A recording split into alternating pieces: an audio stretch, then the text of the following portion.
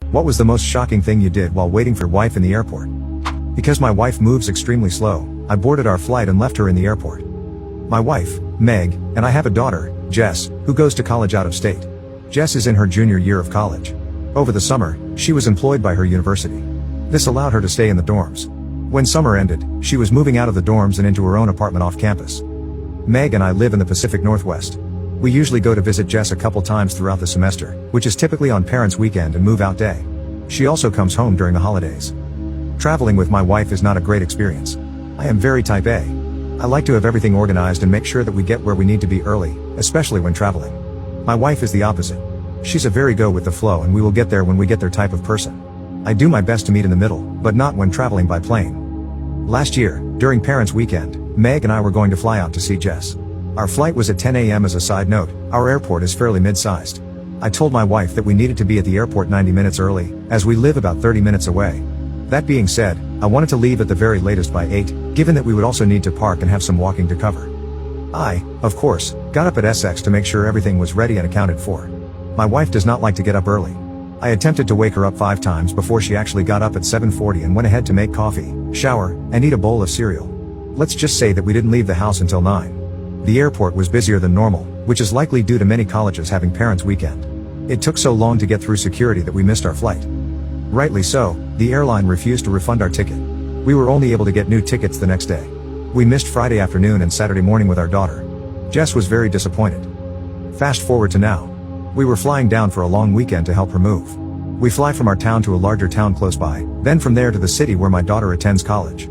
Again, it was a long morning of me pushing my wife to move along. Due to the last airport mishap, I wanted to make sure I informed her that we needed to leave extra early so we would not miss the flight again. We got there on time with a bit of time to spare, and my wife became irate. I kept going on about how now we just have to sit and wait for 45 minutes for them to start boarding. We took our first flight and landed in the connecting city at a much larger airport. We only had about an hour's layover. We got off the plane at 9:15, and our next plane started boarding at 9:40. We had to take multiple trains to get from where we landed to our terminal. We got to our terminal and had about 15 minutes until our plane was set to board. My wife tells me that she wants to get coffee. There was a little market next to our terminal that sold hot food and coffee. I asked if she wanted me to go grab it for her. No, I want Starbucks, she said. Well, Starbucks is a train ride away and a little bit of a walk away. I told her we couldn't do that. We just didn't have enough time. She stated that we had enough time, and if I didn't go with her, she would go by herself. I tried to discourage her, but she was determined. She walked away at a faster pace than usual and said she would be back in time.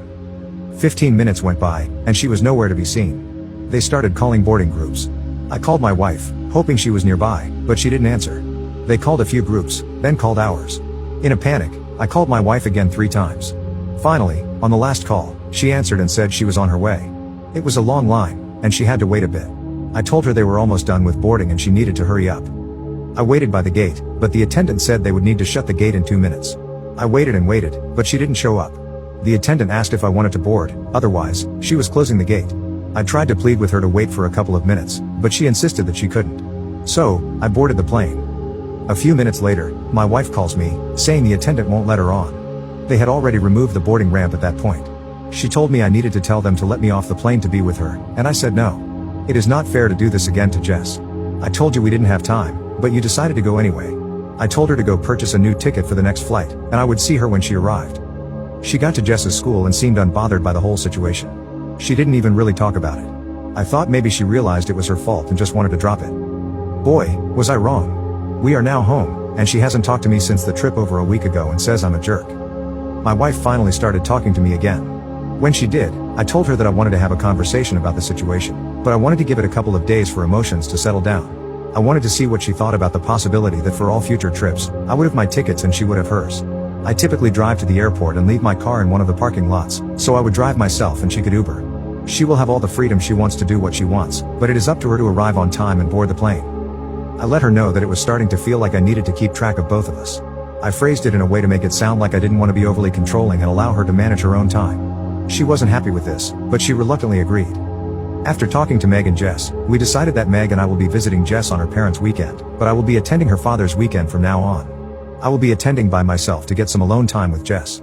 Jess seemed very excited, and surprisingly, Meg didn't seem to have an issue with that this time.